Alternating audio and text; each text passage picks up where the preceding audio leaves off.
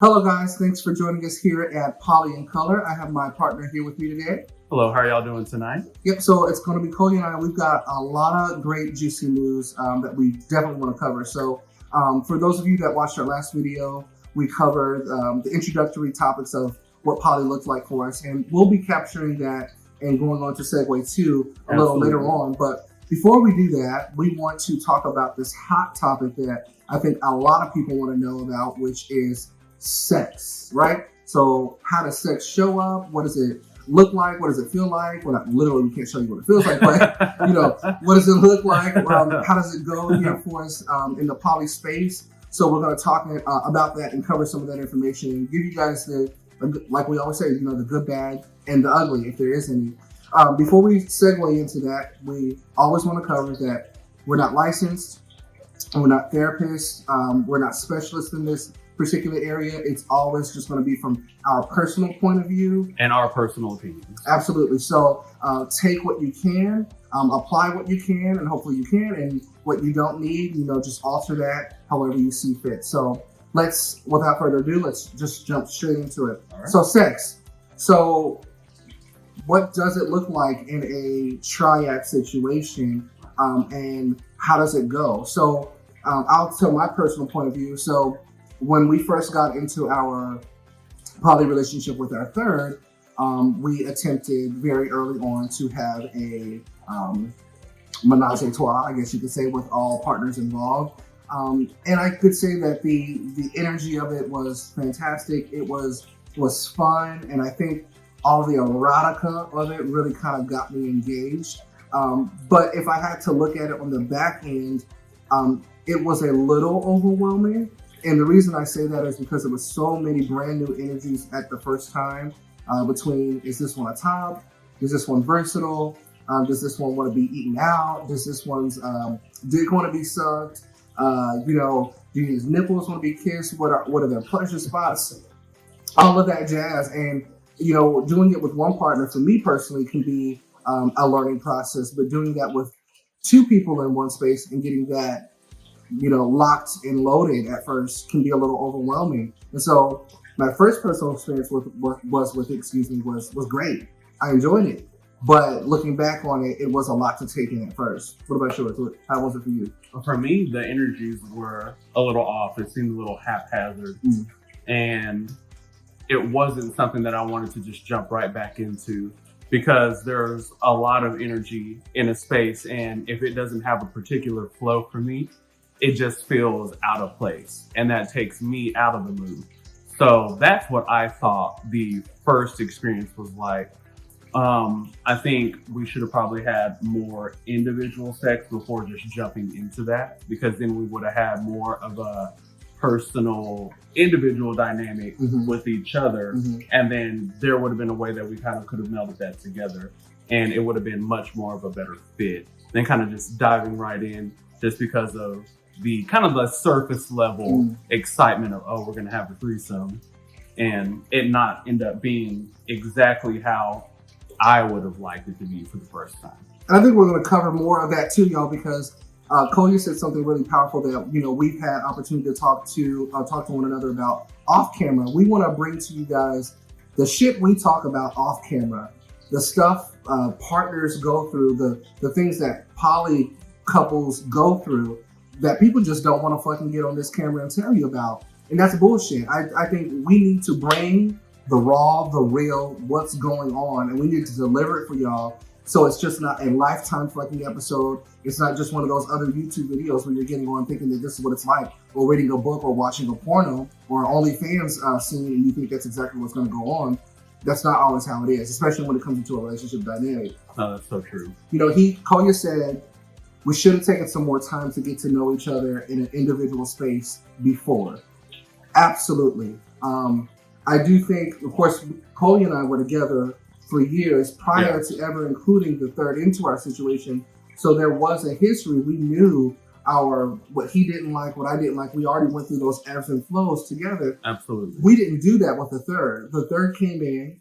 It was all shiny, bright, like, ooh, hot and steamy. Ooh, all this fine men in one bed. Let's do it. We jumped into it. And honestly, when we step back, I think we would both agree we should have taken our time and got to know him on an individual level, sexually one-on-one, prior to all three of us doing it, right? Absolutely. Right? So that's what it looks like for us in a poly situation with three. Now, what I want to take you on, now follow me on this journey, y'all. This will be this is gonna be a whole different story. I'm gonna try to. So 3 became 4. I don't have time today to tell you how 3 became 4. We're gonna cover that in that's a whole nother video. But stay on this ride with us. This is why y'all need to like and subscribe, because we have a lot of good news. So I'm not gonna tell you how the 3 became 4 today. You're gonna have to wait for another video for that. But what we are gonna talk about is 4. How do you work it out when you got 4 fine men in your relationship? How do you even make sex work, right? Whew, that was some tough shit, but exciting. So I'm more of the organizer when it comes to relationships. I'm more structured, detail-oriented. That's just where I shine. And so I think initially at that time, it kind of fell on me of how do we structure our time in our poly dynamic to make sure that all partners had enough time. So the method that we took was, we had a house at the time, we had multiple rooms. And so we had a bedroom, a master bedroom set up in one, then we called it our secondary master bedroom that set up in our other one. And we had a rotating schedule to where one night I was sleeping with Kolya and he was sleeping with me. On the Tuesday, Kolya would go sleep with our third partner, and then the other partner would be sleeping with me. And then on the next night, that rotate. And throughout the week, we all were able to cover an intimate one-on-one night with one another. Mm-hmm. And then on the fourth night, which is we call Sunday night, that was our family night where everyone would come in one room and we'd have kind of like a sleepover kind of get together. And that's kind of how we kept things globally connected as one, with respecting each other's own private space as well. And I actually think it was a really good system. What do you think? No, I think it was a really good system. One, because it allowed space for an individual relationship to be cultivated. So you could have your individual nights with that specific person, and you could actually talk, get to know them better. Sex just wasn't the only thing that could be had, but it was your own personal time with that partner. Mm-hmm. And to be able to rotate through that, keep it consistent. And on top of that, everybody comes together on Sunday nights. I thought it was a really good setup. Absolutely. Because everyone essentially was moving at the same pace. Mm-hmm. As far as building bonds. And guys, it took us from going in from our 3 poly situation and not starting that correctly for us to learn how to better build in the 4 situation to make sure that everyone's emotions and sexual needs were being catered to. So that's just kind of like the brief synopsis. And so I know some of y'all are kind of like wanting to know like the deep down nitty gritty. I know not all of y'all came here just to get some information. Some of y'all out here trying to get some of that other stuff we are talking about. But let's talk about some of that, right? Like, you know, what do you or don't you do in the bedroom?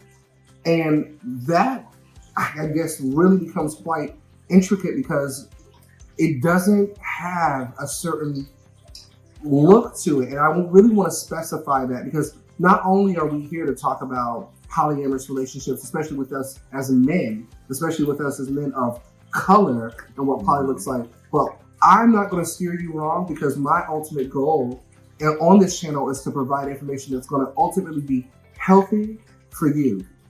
You know, whether you have a strong libido and you need to have sex more of an animalistic style and you're doing that nightly, if that's your thing and it's healthy for you, do it. You might find that one of your partners matches that energy and wants to do that with you. You might want to have another partner, like for instance, I'll just talk about myself. I'm more emotional based. When I get into a relationship, I require more like, you know, a sapiosexual, intellectual stimulation, good conversation in order for me to really feel more aroused. And then my sex gets to going a lot quicker. I think that's personally a little different for Kolya. So mine is a little bit more of a visceral physical attraction.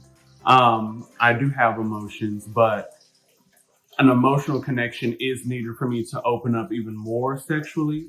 But the physical comes first for me. If there's a physical attraction, the door is open and sex can absolutely happen or have. And through that, the emotional bond can then come. And then that's when the sex can then transcend into something a little bit more deep. And see, even though, guys, there's only two of us here currently, clearly, right? You can see that even us as a married poly couple right now, we have two different ways of navigating sex. But yet here we are still together, bigger, better, stronger than we were before and thriving before. And because we are willing to sit down and have these conversations with one another and understanding that my needs may not be his needs and vice versa, but where do we line up and where do we differ? And then how can we take care of and nurture each other in a place of love, light, and beauty in our own sexual space, which is so important. Just because you don't agree in a sexual space with your partner does not mean that that partner is not for you. You know, it's your partner. Part of the poly, this partner of mine here, while I love him, is not my 100%. He is my 100%, but I have a lot of different facets to who I am as a human being, and I need all of those catered to, or hopefully I can find outlets in a healthy way to get those catered to. So I leave space for him to come in and provide the beauty that he provides to me, and he leaves me space to go out and get the other spaces that I need taken care of in another way, as long as we agree. Right. And I think the biggest thing is to, one, have that conversation. I think in today's age, it is a little unrealistic to expect someone to be your everything. They're not going to line up with you in every single aspect of who you are. Yeah. And I think when we can sit down and have a conversation about what lines up and what doesn't, and being able to celebrate those differences, and then being like, okay, well, what do you need for this to be fulfilled? We worked well together. We love each other dearly. We want to do life together, but there are just a couple of areas where we don't line up. What do we need to do to ensure that those needs are met or those requirements are met, what have you?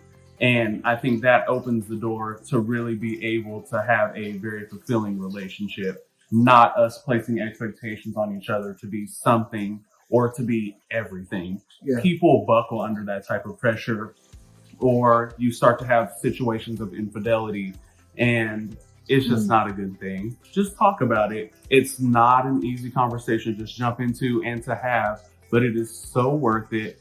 And you will be better for having it, because not only do you get everything out on the table, but your bond becomes stronger and you create even more of a safe space to be able to communicate openly with each other as well. Absolutely. So we went from having 3 as a partner to briefly touching on what it was like for 4 for a partner, right? Techniques to keep, guys. If one of you out there is better at being organized, let that person build a schedule. You all sit and agree on that schedule. Get a schedule going with work. If you do have kids and money and bills and life, it might sound ridiculous that you need to schedule some one-on-one time, but guess what? It's really not that ridiculous. If you do need to really schedule one-on-one time and make sure each partner is getting that intimate time, do that. Sit down and map things out so you have a solidified way of making sure that all partners are getting that space that they need to do that, right? So now that we went to the 4, let's talk about a new phrase that I kind of coined, which is polynogamous, which is what I feel like we're in right now, the life stage where we went from being in a poly situation, we're in a monogamous situation with a poly mindset. So I'm going to call that polynogamous.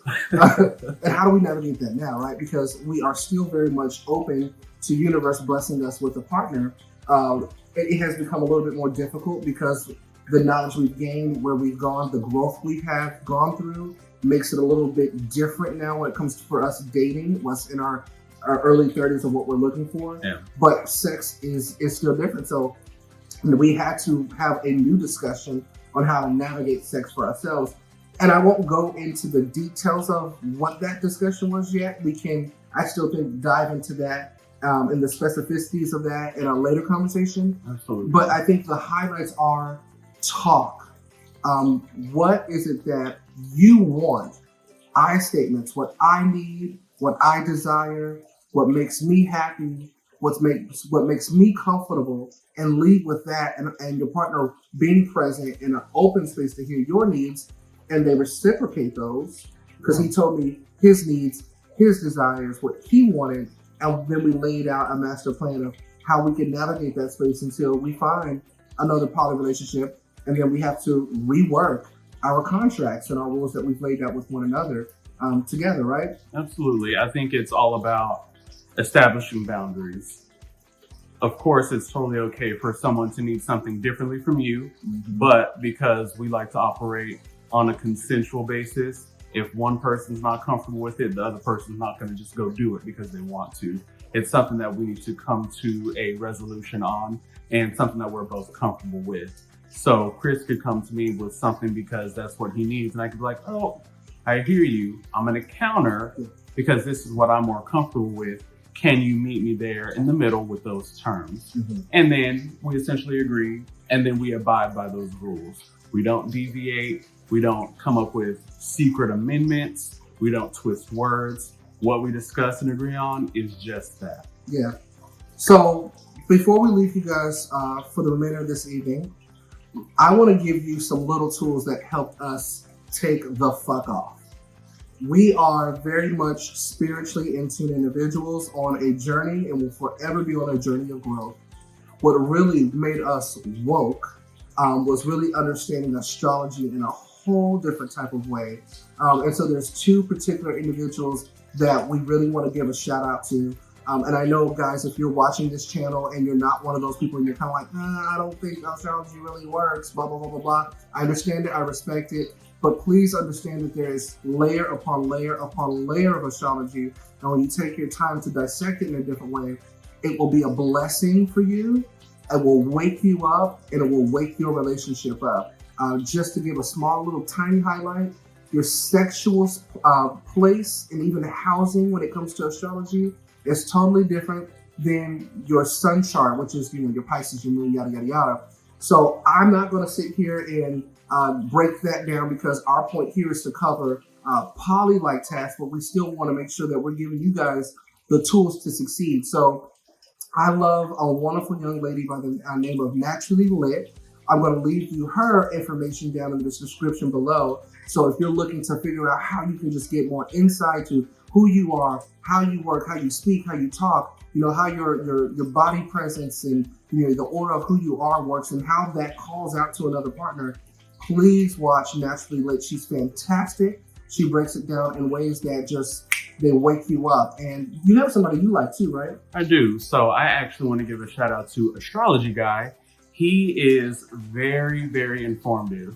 So where those that need specific information like bullet points and they need something laid out, and it's a little bit more on a high level of astrology and the different signs and your sun sign, your moon sign, your rising sign.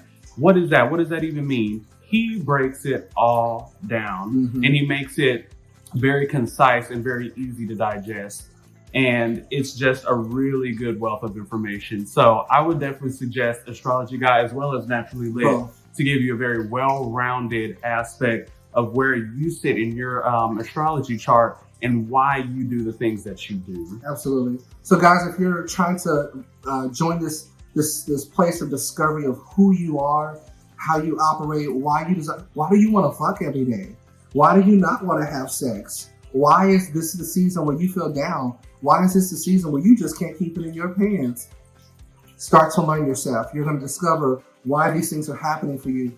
Why is it that you connect with your partner in finances and cooking and conversing, but for some reason your sexual space is not waking up?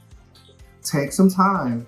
Look it up. Discover. You will find answers. When you have answers, knowledge is power, and you become one of those woke people where you stop, putting all that pressure of, we're not having sex, opposed to, we have different needs, different styles. Absolutely. And we learn to respect those styles. So we want to thank y'all for joining us like always. Again, like, subscribe. We're going to have a lot more. I think what we're going to start doing is hitting some of these topics because, guys, we need time to really get into these things and sit down and break some of these things down a little deeper with y'all. So we're going to start covering some of it a little bit one-on-one so we can really get out there and give you all the information that you're really needing. But in the meantime, if you've got questions, ideas, or anything you want to have answered in a safe space, please feel free to message it, question it. We're pretty attentive with getting back with you guys on that.